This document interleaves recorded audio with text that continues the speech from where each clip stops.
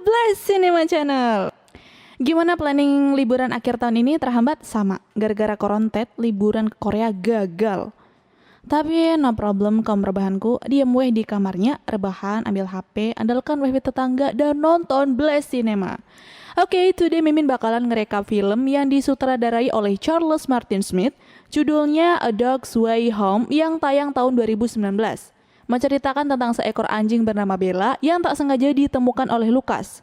Tapi karena suatu hal, mereka harus berpisah hingga membuat Bella melakukan perjalanan sejauh 400 mil.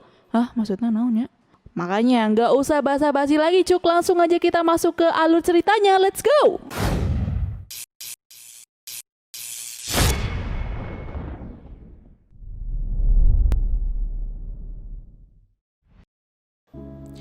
Awal film ini dimulai di sebuah rumah yang sudah diruntuhkan. Di dalam sana bukan hanya anjing, tapi ada begitu banyak kucing dari berbagai jenis. Ketenangan mereka kemudian terusik dengan kedatangan seorang pengendali hewan bernama Chuck. Beberapa dari hewan itu diambil dan sebagian yang lain kabur. Seekor anjing bernama Bella hanya bisa dia memandangi orang tuanya diambil pengendali hewan tersebut. Dan kini dia diasuh oleh seekor kucing betina hingga Bella tumbuh dewasa. Kehidupan yang miris kemudian berubah ketika seorang laki-laki tampan bernama Lucas dan teman perempuannya Olivia datang setiap hari hanya untuk memberi makanan. Sosok Lucas di benak Bella sangat berbeda dari manusia jahat di luar sana.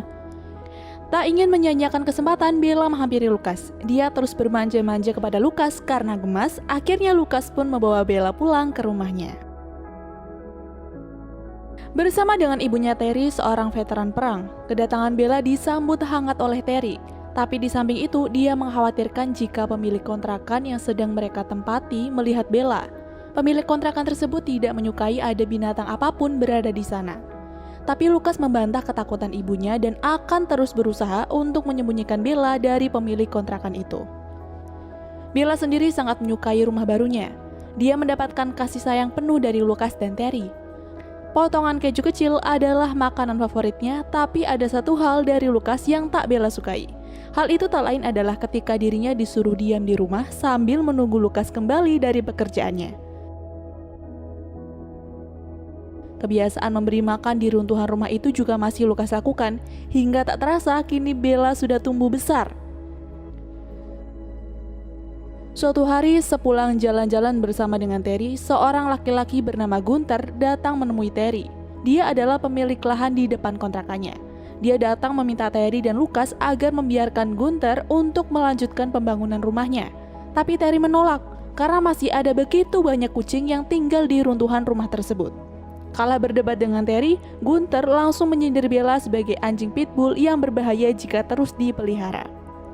Scene selanjutnya adalah Bella yang merasa aneh dengan salju pertamanya.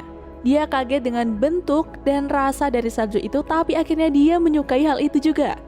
Mereka bermain di taman menikmati salju pertama dengan rasa bahagia yang tak bisa diungkapkan lagi. Tapi itu tak berlangsung lama. Saat pulang di depan pintu sudah tertempel surat dari pemilik kontrakan. Dia mengatakan jika dia akan datang besok untuk memeriksa keran. Kebetulan besok adalah hari yang sibuk. Lucas dengan pekerjaannya dan Terry dengan terapi rutinnya. Dan terpaksa mereka harus mengajak Bella supaya pemilik rumah tak melihat Bella. Mereka diam-diam membawa Bella ke rumah sakit VA tempat Terry diterapi dan Lucas bekerja. Lewat pintu belakang, Bella dibawa ke gudang penyimpanan. Sebelum pergi, Lucas memberi Bella minum dan juga menyuruh Bella untuk tidak menyalak sampai jam istirahat tiba. Tapi tidak. Bella yang sendirian terus menyalak memanggil Lucas dan berhasil. Bukan hanya Lucas yang datang, tapi juga Olivia. Lucas bingung akan berbuat apa, hingga tiba-tiba salah seorang karyawan di VA bernama Theo datang. Mendengar permasalahan yang dialami oleh teman baiknya sendiri, Theo akhirnya bersedia menjaga Bella sampai jam istirahat tiba. Theo membawa Bella ke kumpulan orang yang akan melakukan terapi, dan di situ ada Terry. Memang benar anjing bisa membantu mengurangi depresi dan itulah yang dirasakan oleh para pasien itu. Kedatangan Bella membuat perasaan mereka menjadi lebih baik. Mereka semua bekerja sama dengan baik menyembunyikan Bella dari para karyawan yang lain. hingga Bella pun bisa pulang ke rumah.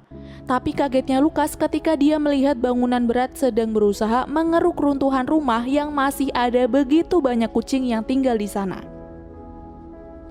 Perlakuan kejam Gunther terhadap hewan direkam oleh Olivia.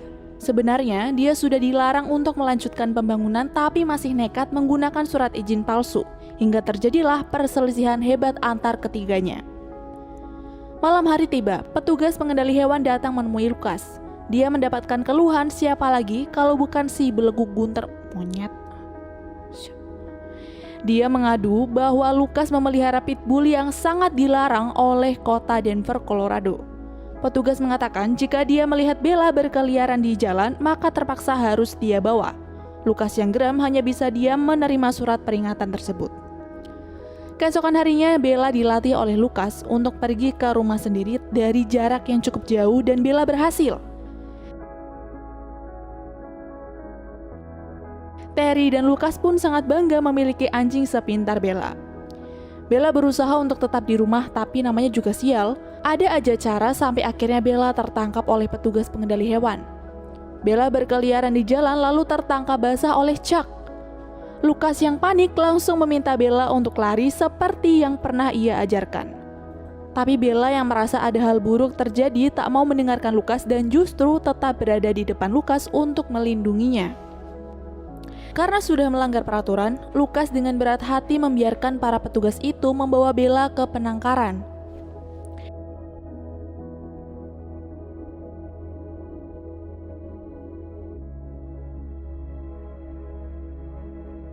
Tiba di sana, Bella hanya bisa berdiam di kandang, lalu karena Lukas tak kunjung datang, dia terus menyalak seperti anjing yang lain.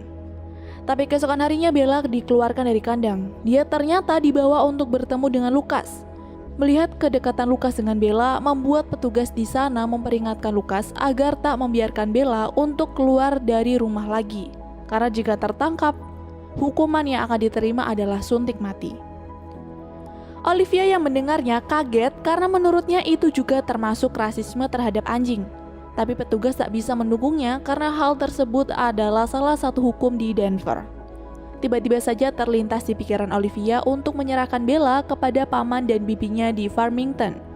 Dan hal itu pun mendapat persetujuan dari petugas karena aman jika dipelihara di luar wilayah Denver. Lukas dan Olivia langsung pulang ke kediaman Lukas. Mereka sibuk mempersiapkan barang-barang yang akan menjadi keperluan Bella. Sedangkan Terry keluar untuk bertemu dengan petugas pengendali hewan, meminta dia diam dan membiarkan Lukas anaknya melakukan salam perpisahan dengan Bella dengan tenang. Lukas sebenarnya tidak rela jika harus berpisah dengan Bella, tapi itu semua dia lakukan hanya untuk melindungi Bella. Perjalanan yang cukup jauh itu memakan waktu yang cukup lama. Keluarga Olivia sangat baik kepada Bella, merawat Bella dengan baik layaknya Lukas. Tapi tetap saja berbeda rasanya, dan yang dia punya saat ini hanya selimut milik Lukas.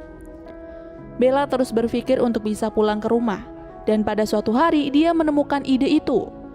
Paman Olivia yang sedang membersihkan halaman rumah membenarkan posisi perosotan miliknya, dan Bella yang kepalang ingin pulang, naik ke perosotan itu lalu melompati pagar.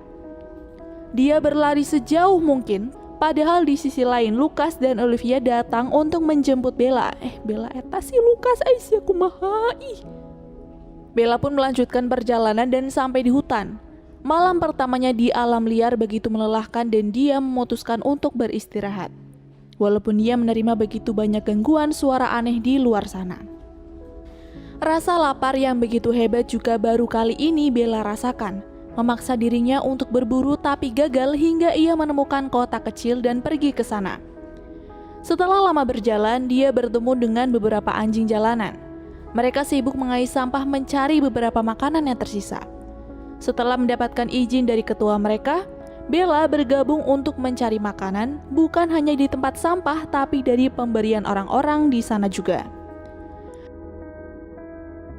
Ternyata anjing-anjing itu tidak benar-benar anjing jalanan. Mereka punya rumah. Ketika Bella ditawari untuk tinggal bersama dengan salah satu anjing itu, Bella menolak. Itu karena majikan mereka tak butuh Bella di sana. Yang membutuhkannya hanya Lukas dan dia tetap ingin pulang ke rumahnya sendiri, bagaimanapun caranya.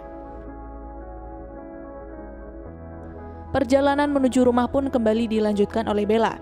Di tengah perjalanannya dia mendengar suara tembakan dan ternyata benar.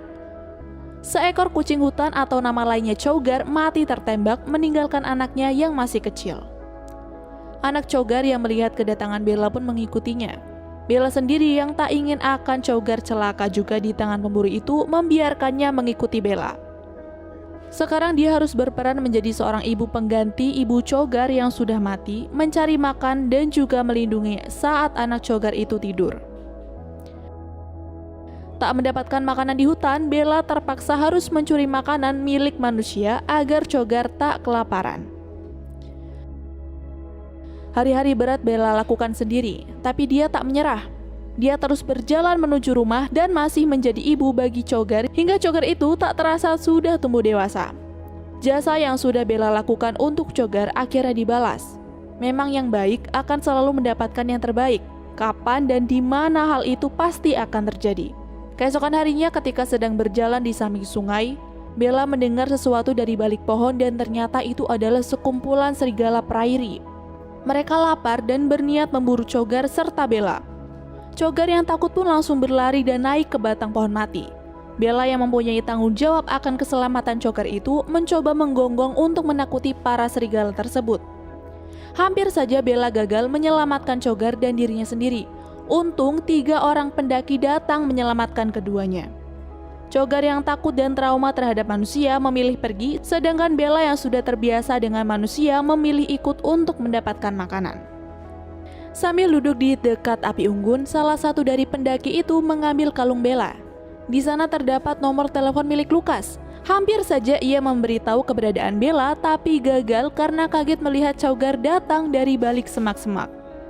Mereka salah paham akan kedatangan Cougar tersebut. Padahal Cougar hanya ingin meminta makanan, tapi karena sudah kepalang takut, para pendaki itu pun lari. Waktu begitu cepat berlalu, hingga musim dingin berikutnya pun tiba. Hari itu dia dan Cougar berniat ingin makan ikan, tapi ternyata sungai membeku. Mereka pun kesusahan untuk mendapatkannya dan berujung bermain-main saja. Tanpa ia sangka dari kejauhan dia melihat anjing lain. Kedua anjing itu pun saling bersaut-sautan dan anjing yang bernama Dutch berlari menghampiri Bella hingga mengakibatkan salju longsor. Dan tuannya yang datang bersama dengan Dutch terluka karena tertimbun salju. Untung nyawanya masih bisa diselamatkan oleh 2 orang penulis yang kebetulan lewat. 2 orang penulis itu mengira jika Bella adalah anjing peliharaan korban tersebut. Jadi mereka membawanya ke rumah untuk dirawat sementara waktu. Perhatian yang diberikan oleh kedua penulis itu juga membuat Bella dan Dutch seperti berada di rumah sendiri. Tapi tak berlangsung lama. Dia mendapat telepon jika korban longsor itu sudah pulang dan waktunya mereka untuk mengembalikan 2 anjing tersebut. Tiba di sana ternyata orang itu tak mau menerima anjingnya lagi.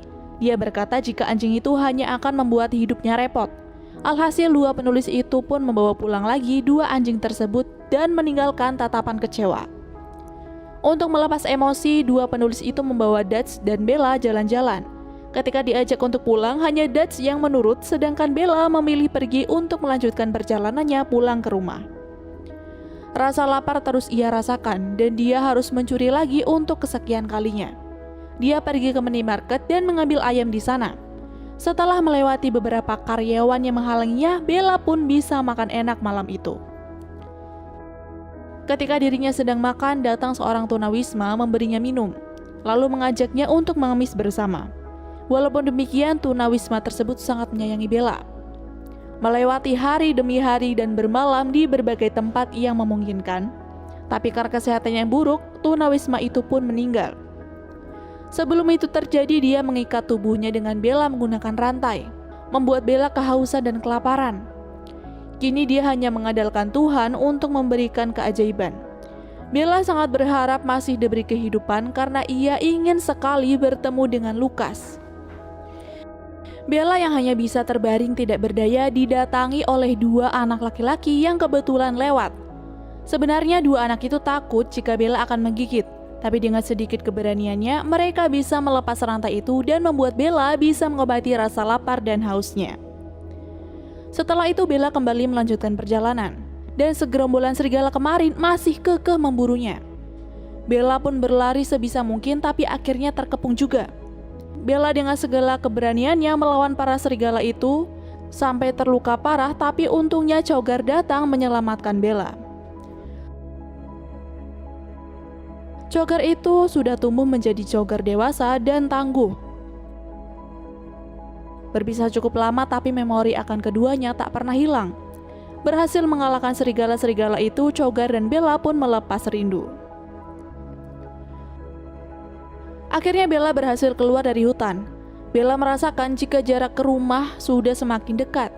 Dia berniat ingin mengajak Cogar itu ikut bersamanya tinggal di rumah Lukas, tapi Cogar menolak karena tempatnya bukan di sana. Lalu di puncak bukit pun mereka berpisah.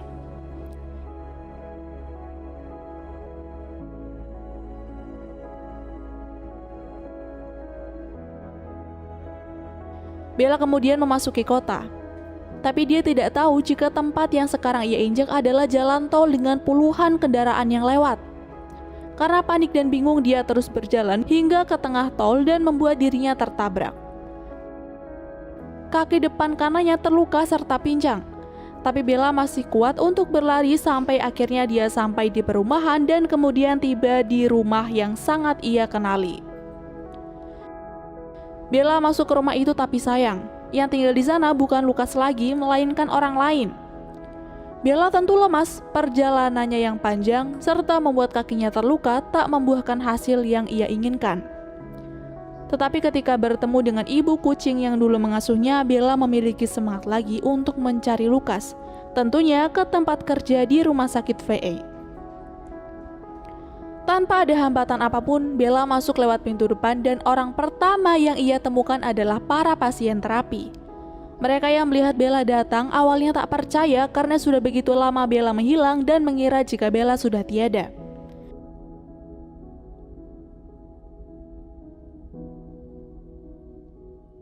Orang berikutnya tentu adalah Lukas.